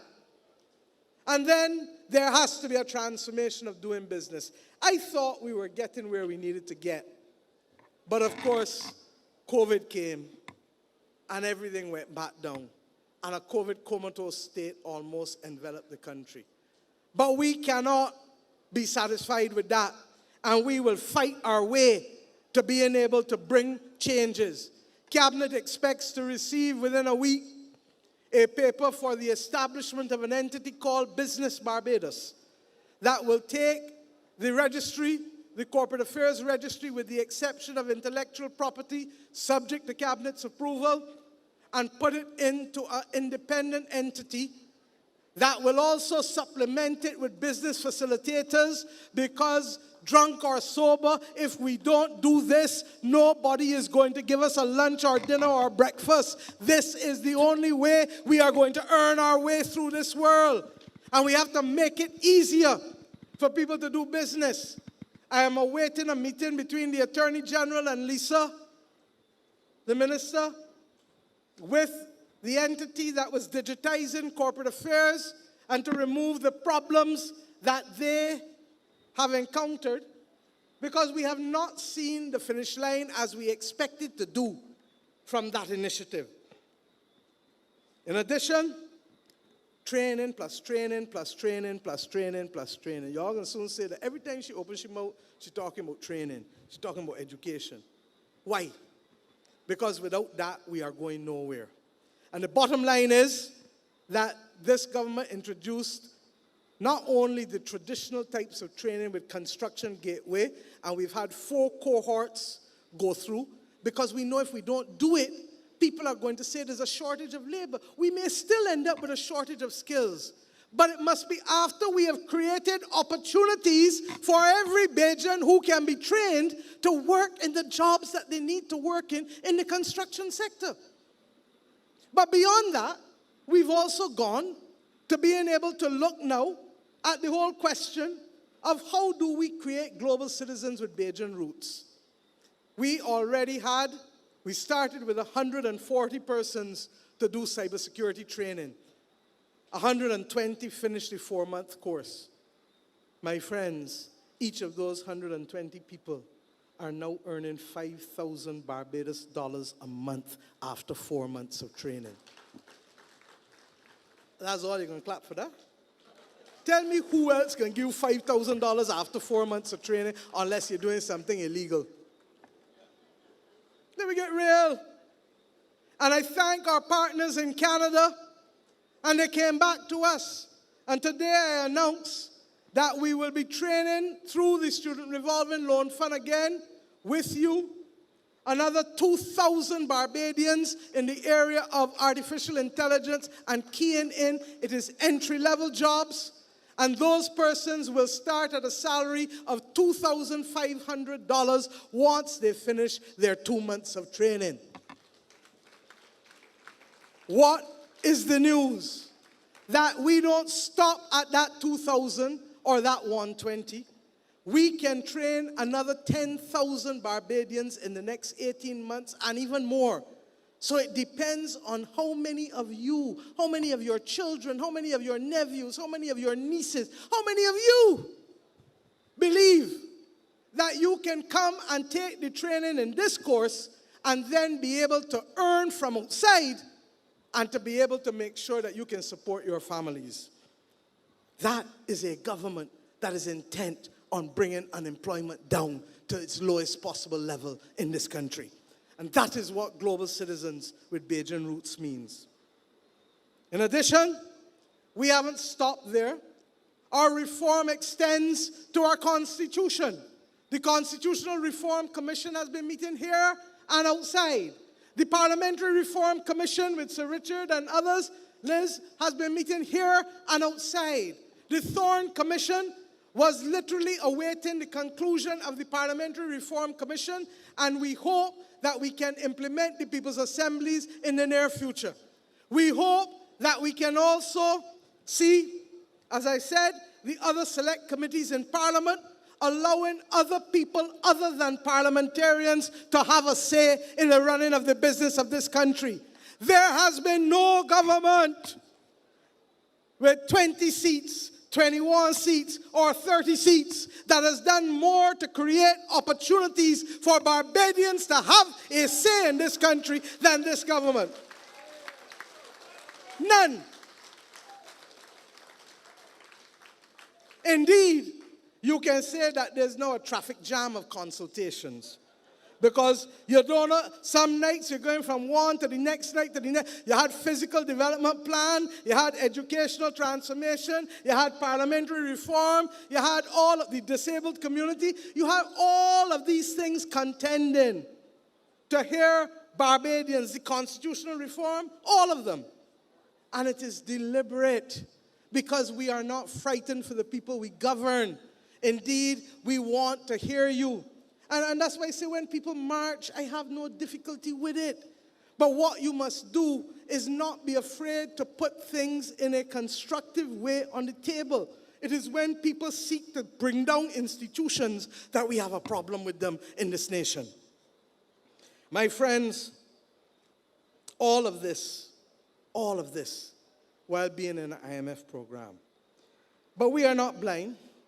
And we know that the productive sectors have also started to rebound and give us the uplift. Ian, tourism, 18.7% growth in the first 9 months of this year.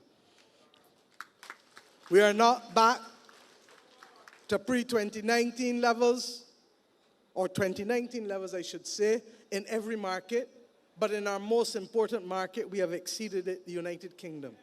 We are constrained by airlift capacity. Anybody trying to get a plane into Barbados knows that it is Goopma nowadays. And indeed, that is why, Ian, I thank you for ensuring that we can have year-round service from United with respect to Newark and also with respect to Dulles out of Virginia. We will also have a midweek service with JetBlue.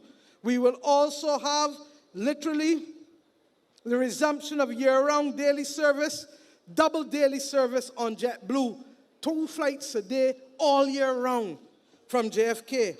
We have Bahamas Air over the summer, and they are supposed to be going on a scheduled service from this winter. We just had Cayman Airways launch its inaugural flight, and we expect to open up the west coast of the United States of America through Cayman shortly from November. Do you know, and this is why I talk about being victims of colonized development, do you know that it is the same 7.5 hours to fly to Los Angeles as it is to fly to London? But we got 20-something flights a week to London, but none to Los Angeles. And Rihanna is the biggest thing in Los Angeles. That makes sense to you? Not to me. And therefore, we will have to continue to expand. We lost Eurowings, but we were able to get Condor back and to ensure that from November next month, that this is coming back, and from next year, a year-round service. Part of the difficulty, and we are in serious discussions with Caribbean Airlines in terms of making Barbados a hub again, as well as we have Inter-Caribbean that has chosen to hub in Barbados, and we have expanded agreements with Air Antilles. My friends, this is not by accident. This is because we have made the commitment to go out there and find the airlift capacity. Because as much as you want to, you can't do a Star Trek and beam me up and get to Barbados and spend your holiday. In addition, we are also seeing our export sector grow. And I want to thank the Export Barbados and Davidson yourself for ensuring that Export Barbados continues to see. The truth is, we are seeing increased exports but reduced players, and that's not good. And therefore, we need to expand the number of players and not just expand the volume of exports. And I believe that it is within our reach so to do. In agriculture, we have seen, and I thank Indar with working with the central bank and making sure that we start to measure what we're growing.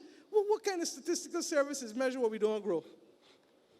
And measure what we don't produce in manufacturing. And that is why we've had to go back now and restructure and rebase a lot of these statistical indices.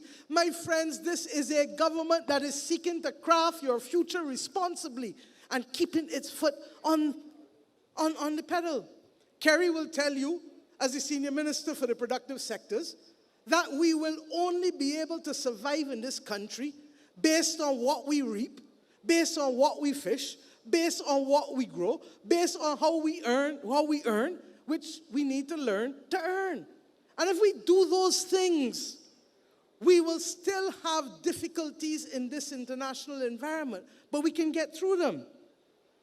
But I am not so foolish as to believe that the mission to transformation is all that it is about. Because if we can't coalesce the whole of Barbados or the majority of Barbados behind us, then we will not be as successful in those missions as we might otherwise be. And what has happened, therefore, is that there are some day-to-day irritants that are creeping back into our landscape, that the cabinet and government of Barbados is adamant to wrestle to the ground. We know what it is to have done it before, and we shall do it again. And we want you to know that we hear you. When we do the Parish Speaks, it's not pro forma. We hear you. We hear you in St. Andrew and St. Lucie and St. Joseph about public transport. And we've started to respond, but we also know that at the same time, it is going to take time. And we've bought buses, but we've also using the deployment of those with the TAP program and the other programs to be able to reach a lot of the areas. We hear you with the garbage collection. And that has only become a problem in recent weeks again. And I'm deeply concerned because we went through a period where we wrestled it to the ground. And we must wrestle it to the ground again. And how? I look forward to the SSA receiving 7 new trucks, and we will probably make it possible for them, not probably, we will make it possible for them to get another 4 before the end of the fiscal year, so that 11 new trucks will come this fiscal year. But then we will keep replacing on a rolling stock basis, because you can't change out all at once, and you can't replace all at once. But what is even more, because we have the fancy new garbage cans, we need to make sure that they're not mashed up by not having regular collection. And in addition, we need to make sure that we can put systems in place for the sanitation workers on the trucks and in the offices to benefit from productivity bonuses to be able to ensure that the job is done in the shortest possible time. I have asked the senior minister in charge of social sectors and environment, Jerome Walcott, to meet with Minister Ford and to meet with the chairman of the SSA and to make them know that it is the policy directive of this government to negotiate a performance bonus specifically for the sanitation workers that will allow us to be able to improve the quality of collection across the board while ensuring that workers on the trucks and in the offices also benefit from the same. I'm aware of those who feel the pain at the QEH. And it is mainly in the accident and emergency department. This is not easy because we have expanded already the space that was available. And thank God that we did, because could you imagine managing COVID in the old casualty without the ability to do physical distancing? But that expansion which was finished is not the end all. And in the budget this year, I indicated and provided additional funds for the continued work of expansion at A&E, and I expect that when that is finished, it will virtually double what we have now, and it will ensure the ability to have greater room rather than reports of people being kept in corridors, etc. Additional stat rooms, additional equipment across the board. But I know that it is not only equipment, it's systems. It's systems. And I have asked the senior minister, and we have agreed, that in addition to systems and communication, that we spread out the mission. I want to thank Dr. Cruikshank for the work that she is doing to deconstruct and reconstruct the systems in the accident and emergency. It is not going to happen overnight, but it must happen. And for us, I don't know about you, for us, this is one of the most important things that we shall do as a government, because life and death rest in that building. And life and death is precious and belonging to the Almighty. And to that extent, where we must interface, we must ensure that the best can be done. I am satisfied that we have good people, but good people with archaic systems and even new facilities will not work. I am happy that 2 weeks ago, Jerome, you have indicated that the doctors have started a 9 to 9 shift that is taking phone calls, 2 doctors that takes phone calls to be able to assess what is urgent and what is not urgent with respect to those coming to accident and emergency. And I have every confidence that with the continued expansion, I haven't gone into the full health expansion, but we are looking at expanding the Queen Elizabeth Hospital, and Jerome will speak to the public about that in the near future. But with that, along with the changed systems, we hopefully will be able to bring that out of the box of being something that all of us have angst about in this country. I spoke about the water already and the transport already. And I believe that we have heard you, and we shall respond to continue to treat to these things as mission critical to make a difference in the lives of Bajans in every community and every corner of this country. That is why, in addition to the big, long highways and main byways, we have committed to starting the small roads in the tenantries where people live and where the traffic count may not normally have called MTW to say that those roads should be fixed. Well, we have started the process of doing the sand sealing in those small roads too, because you are people too, and you must not come out with 2 plastic bags as you have been doing for decades in order to keep one pair of shoes in one and another pair of clothes in another in case you get wet or you fall down in the mud. In addition, and this is my pet peeve, cleanliness is next to godliness. I want Barbadians, I swear, to accept the responsibility of keeping this country clean and of taking every blade of grass every time it emerges. And if, just like you all say, the boss always talking about many hands make light work. Well, remember now another one, cleanliness is next to godliness. And let us all play our part in keeping this country clean and beautiful. On cost of living, I hear a lot, We capped the VAT. Bonnie, you all right? I coming soon. We capped the VAT on fuel in this country to the equivalent of $80 a barrel. You're making me feel real fit now. But we capped the VAT, ask Ryan, on fuel to $80 a barrel. We have not removed the cap. And every day, the government accepts reduced revenue while doing all of the things that I've spoken about to ease the burden on everybody in this country, not just the motorists, because the cost of fuel affects electricity. The cost of fuel affects the delivery of goods. In addition, we have now extended again the capping of the VAT on the first 150 kilowatts of electricity to benefit every household in this country. And in addition to that, how many people got the land tax bills this year? And how many people saw that you are no longer paying land tax on the first $300,000 of property value in this country?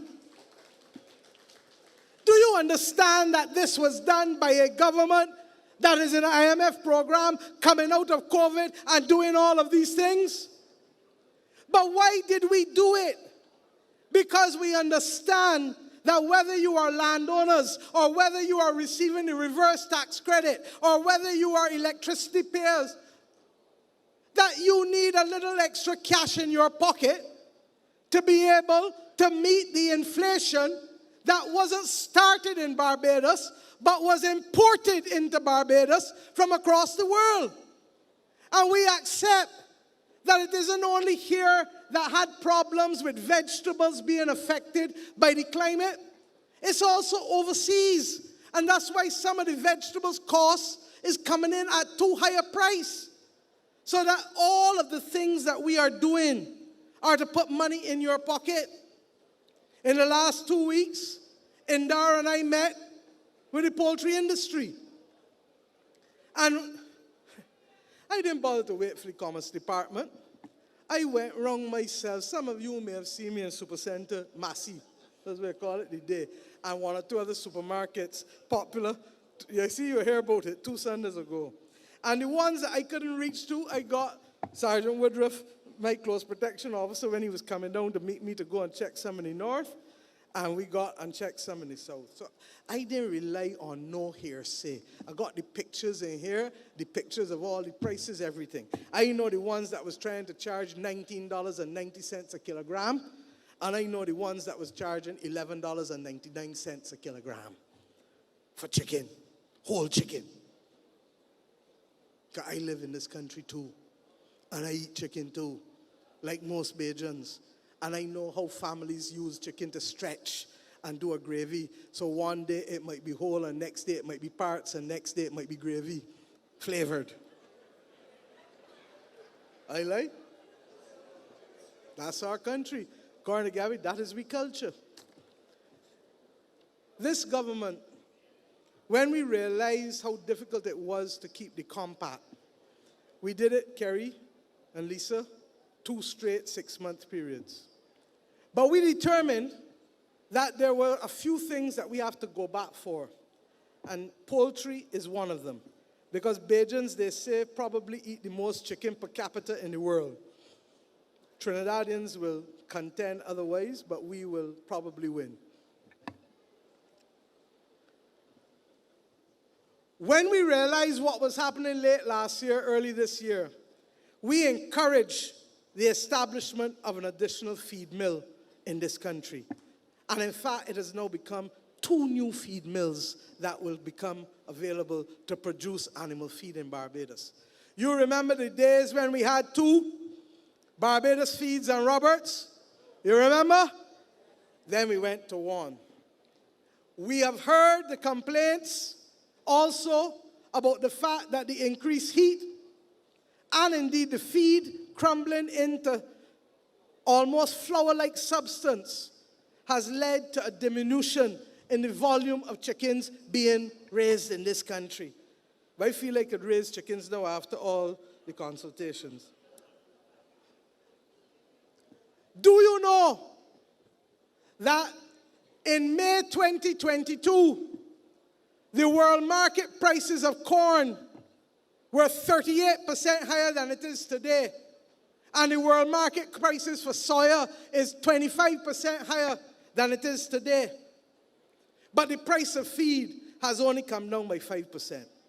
Now, I don't expect it to come down the full amount because there may be other increases that they're carrying. But a 5% reduction is not enough, especially with the problems related to the quality. And I therefore look forward not only to the prices that you will see in the paper tomorrow, but also to additional decreases in the cost of living for chicken come early next year when the second feed mill comes into production in February of next year. The truth is that we were very aggressive in our negotiations, and I am not going to hide my mouth on that. But we have an industry that has jobs and that protects families. But we have a population that must eat and eat properly. And therefore, we were intent on making sure that the average Barbadian can get a 1.5 kilogram chicken, which is just under 4 pounds, for under $20. There are now a number of places that will deliver that for the people of Barbados, all things being equal with the price of oil and the other inputs. And I expect that, as I said, there will be a further reduction come February when the price of feed can drop even further to be able to support it in this country. The lowest is still at the supermarket, and all of these major suppliers and these small farmers, as represented by the Barbados Egg and Poultry Association, as well as Barbados Agricultural Society, have all agreed. And not me, because I tell them, don't let me be the one announcing it on the platform. They will have a full-page ad in tomorrow's paper showing you the prices at the outlets, telling you at what price you can get whole chicken with giblets for, to ensure that you pay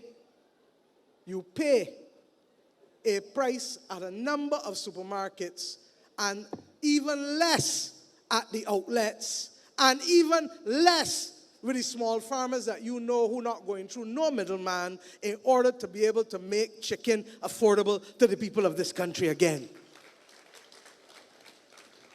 If you want 2 kilograms, which is 4.4 pounds, you must be able to get that for under $25. If you want 1.5, you must be able to get that for under $20. That is what this government has worked with people to achieve.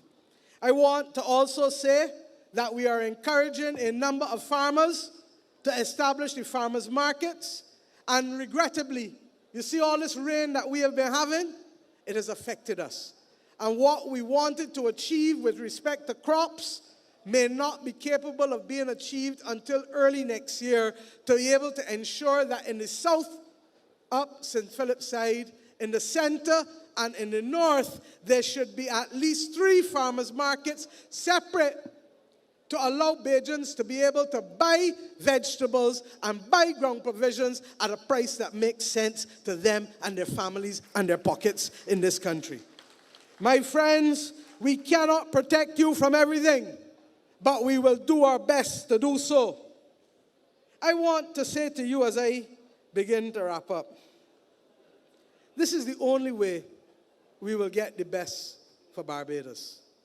There are those who want to miniaturize our country.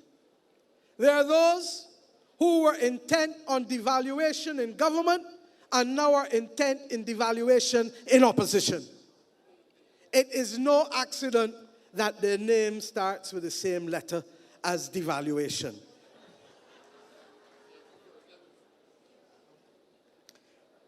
There are those who say they are not them, but talk and look and sound like them, even if some of them looked like you before.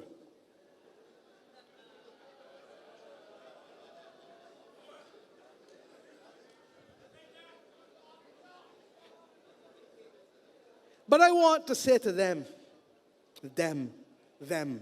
TH, all, this country does not succeed by the devaluation of our institutions or the devaluation of our people or the devaluation of our dollar.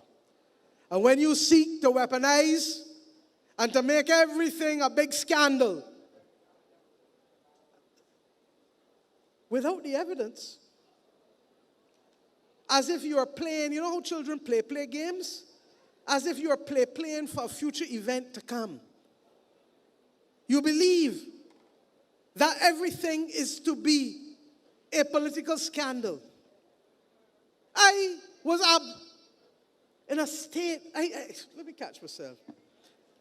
I could not believe when I heard people trying to suggest that we were going to put the public health of this country at risk by putting water that would contaminate people or hurt people in Barbados. Do you understand the depths to which they have now plumbed? Before they plumb and get us water when they were in government, they plumbing to get us devalued.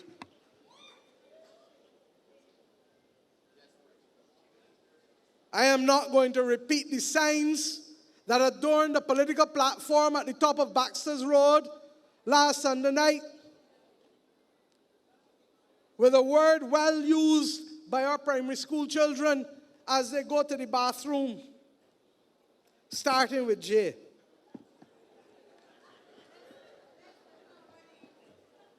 Not going to do it.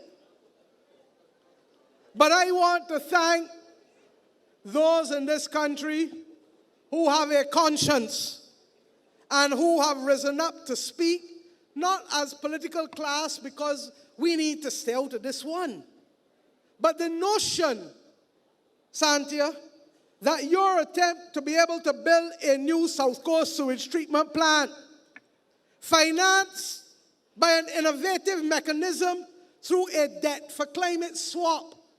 What does that mean? That instead of having to pay an extra $1 to build the plant, that we will repurchase our debt, issue it at a lower cost, and the interest savings over 15 years will be what will finance the construction of the new South Coast sewage treatment plant. Do you remember all of the advisories that we came into government on? And can you believe that the same people who truly put sewage on the road now want to accuse us of putting sewage in the ground? Now, the new plant that Santia is building is a treatment plant, a tertiary treatment plant. And we have enough people in this government, from Jerome Walker to Liz Thompson to all of the others who were associated with the construction of the first treatment plant, and Billy Miller with Bridgetown, that would know that we could never do anything to harm the public health of this country. It is a dastardly, wicked, Dems vicious lie. And what is more, when the evidence comes out, the treated water that will be taken from Graham Hall up to St. Philip to help, one, replenish the aquifers, and two, to help with agricultural production at the time of a global water crisis, is cleaner than the water that is now going into the aquifers. Is cleaner than the water that is now wetting our vegetables and our ground provisions, because it will be treated and not the raw effluent that is currently flowing into the aquifers. My friends, that is what I call devaluation of institutions. But if they're not devaluing institutions, they're promoting falsehoods. Gender-neutral bathrooms at St. Philip Primary School. A lie. Thank God the principal was able to come and speak, so we didn't have to rely only on a politician speaking. St. Andrew, the one who is likely to be challenged each and every year that he can be challenged as leader of the Democratic Labour Party, went into St. Andrew and said that bridges were being held up by wires. Isn't that what he said, Rommel? And when you check it, it was the utilities cables that he was seeing. He didn't even know the difference between a utility cable and the props to hold up a bridge. But no wonder he can't hold up the Democratic Labour Party today.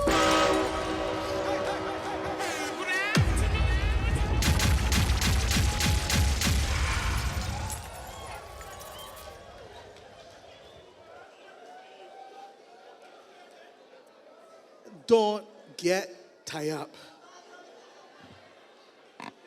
Crafting our future responsibly means that I have to report to you first. So when I tell you these things, it is just to remind you to walk out of here with a pep in your step, because you got some people who trying to devalue this country. I will only say to him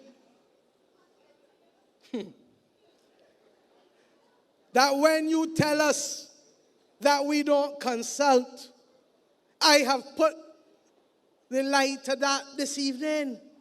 The traffic jam of consultations. But the problem that he has is that he believes that he can put conditions on a government for consultation. Well, let me remind you. We offered you once in 2018 to strengthen the opposition. We offered you twice in 2022 to strengthen the opposition. Your General Secretary put me in my place. And I will tell you that when a woman is spurned once, but when she gets spurned twice, forget about you and that. Oh, Lord. I am saying to you, you cannot be in church and chapel too. And when given the opportunity to be able to do two things in the first meeting of Parliament of this country, to be able to create a space and a place for the opposition in the Senate, and to be able to allow, where is he? My young friend who was not yet 21 but over 18, to serve. The voices of the Democratic Labour Party went down into the deep bowels of the earth and refused to cooperate, but will now say you will only cooperate if you get money. Money to do what? To do what? The last time I heard, coming up to annual conference, they had to call the police in at George Street for people carrying away stuff. You want to carry that money too? Oh, Lord.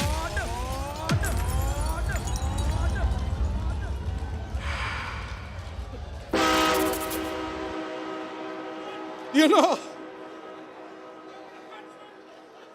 the Dems The Dems tell us that we ain't consulted. I want to say a few things. I can leave it to say like sayings, but I can give a few sayings. You know, the Bible tells us, do not worry about the mote in your sister's eye. Worry about the beam in yours. You could change it to do not worry in the New International Version. It is sawdust in my eyes, in your sister's eyes. Worry about the plank in yours. I say simply, Ronnie, that when you tell us about consultation, you really are looking into a mirror. And you felt that everything you say about us, you must say by looking into the mirror, because the only thing you know about Errol Barr is the mirror image speech.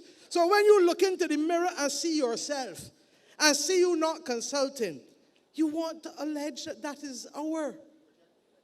And project, thank you, Kurt, project that that is our behavior. But it is your own. And we know, because we, like you, get the pieces that went all about the country when you thought it was in St. Andrew, when you blister blinded your membership and told them to know their place. And if they talk out of line, you will not be dealing with them. And if we thought that that was a one-off, you only had to listen to Hainsley Ben on Brass Tacks here the other day, who then told you that he could not even find a way of inviting Caswell without being knocked down by Ronnie. I want Ronnie to know that not even Frondel's DLP was as Hitlerite in their policies as that. The truth is that Frondel allowed them to talk. The only problem is that he was always sleeping and didn't listen.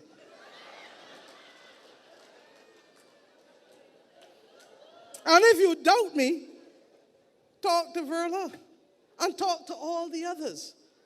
Look, it does not give me any glee that the Democratic Labour Party is continuing to devalue itself along with the institutions of this country. There comes a time, and Corey Lane will tell you this, when Corey Lane was first interested in public life, about 10 years ago, I told Corey what? Go and get yourself ready. Read, serve the people, and prepare yourself for service. He didn't come as a young boy enthusiast, and I understand it, because I came in young.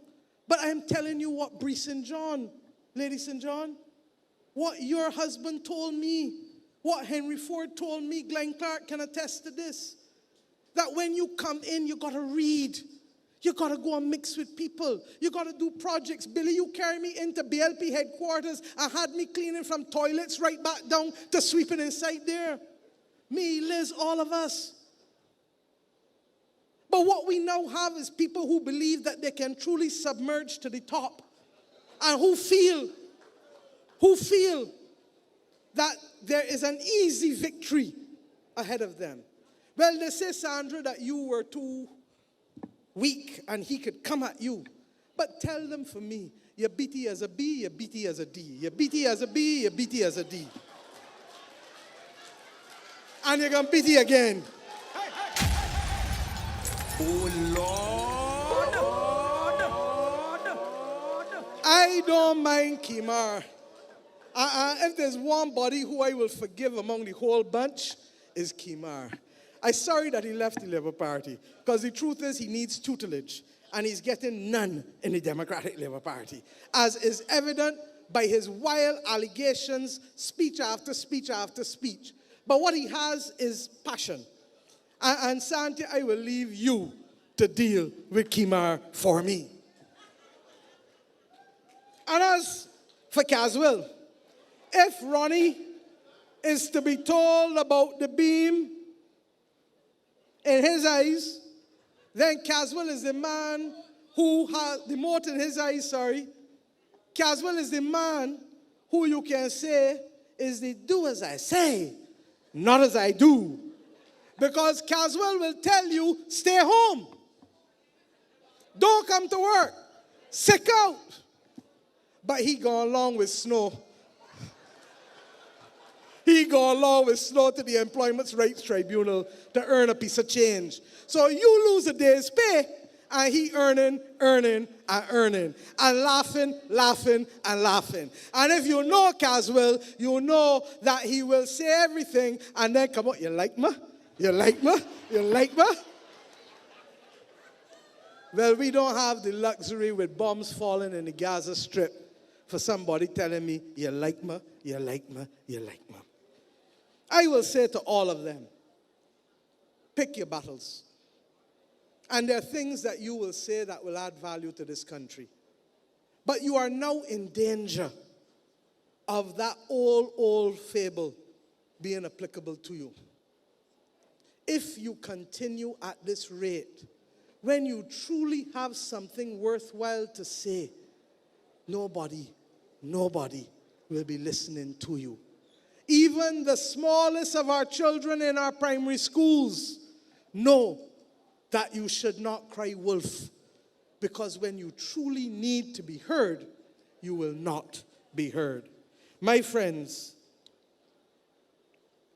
do not, however, believe that oppositions win governments. Governments lose governments. And that is why Reggie's speech last night was so appropriate.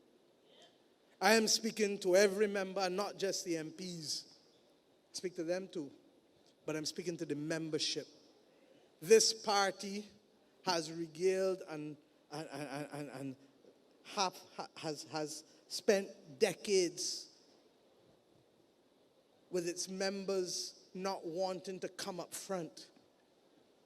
Happy to have Billy and Johnny and Louis and Tom and everybody up front, and Owen and Reggie and Liz and myself and everybody up front, and now Kirk and Santia and Kerry and Davidson and Ryan and Charles up front, and Eddie.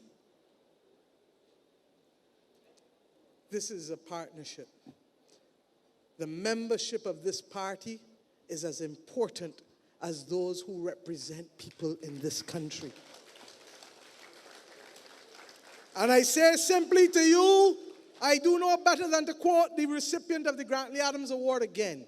If you are not adding value each and every day, you are effectively subtracting, because it is benign neglect. If I have the same $100 in my pocket today that I had 10 years ago, it cannot buy the same thing that it did 10 years ago. All of us know that. If we have a house and we don't make sure that we paint it, especially if it is board, the weather will weather the board, and then it starts to rot. Then you got to change a board here and a board there, and next thing you know, changing a whole siding. This party must be maintained by all. This party must be propped up and supported and promoted by all. And these representatives who we have need your support, because many hands make, and that includes those of us in this party. And to the members, we must continue to stay in touch. Return calls. As I said the other night, I still returning birthday messages from the 1st of October. I'm still doing it. Because if you're going to take time to write me, I can't always guarantee it, but I'm going to try my level best. And if I can't do it myself, I'm going to ask from Ashanta to Roy to whoever to help me. And each of us must have support systems to allow us to do it. Because if you don't know what the people calling you for, you might be surprised what you hear when you get back to them. When we went to State House in January, February of 2022 after the election, I asked then that we have 2 consultations a year.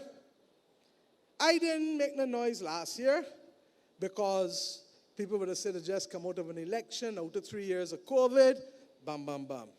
I want you to know that I am going to ask the next National Council to keep a clear record of the consultations that members of Parliament will have with their constituencies, and that it must not only, some are doing it, but not all. Trust me.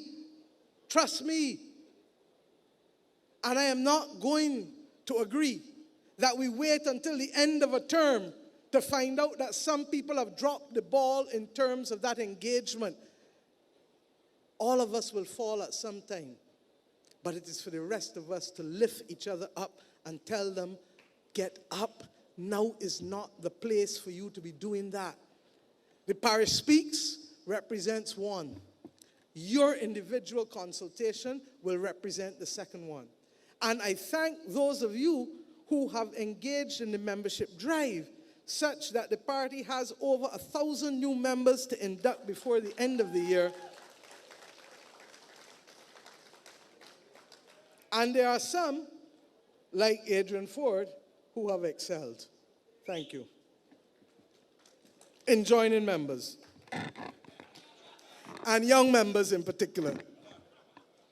So my friends, I have not come here to paint a rosy picture.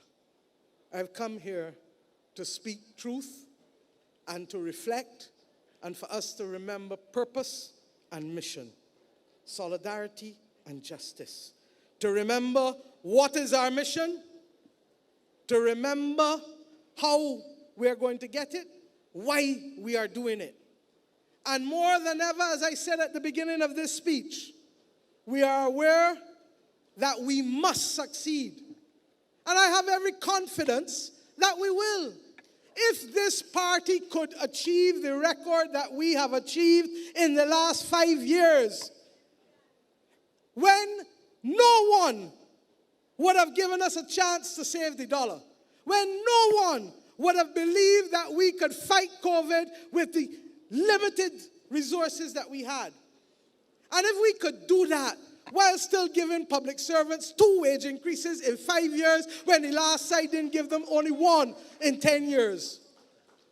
Give them 1 in 10 years. If we can introduce a minimum wage in deep, dark times, if we can do the things to be able to still make sure that basic services can be done, and where we see them falling, including, I forgot to add, late payment of public servants and late payment of bills. I am dealing with that myself. And I've said to the Ministry of Public Service, digitize all of the records of temporary officers, because they are the ones who are the biggest victims of late payments. And that must be done within the next 6 months. In addition, we already asked, and we've seen a reduction, don't get me wrong, but we want to see an elimination of late payment, not a reduction. I believe that we have it in us to rise to the occasion. And I believe that we have it in us to remove the irritants that may cause a few people to drop off of the journey on this mission. And I believe that when all of us commit to these things, even if you don't know the exact direction and the exact road, I ask you to trust us, trust me, trust this party of 85 years. Because I tell you, when they trusted us in the 1940s and 50s, we delivered. And when they trusted us in the 1970s and 80s, we delivered. And when they trusted us in the 1990s and 2000, we delivered. And when they trusted us in the first 5 years of this government, we delivered to the people of this country. Today I commit to you, and I say that even with the greatest turmoil, and even as the world faces the prospect of war, and even as we face cost of living increases, we shall craft the future of this country, craft your future responsibly as firm craftsmen of our faith. God bless Barbados. God bless the Barbados Labour Party. Thank you, ladies and gentlemen.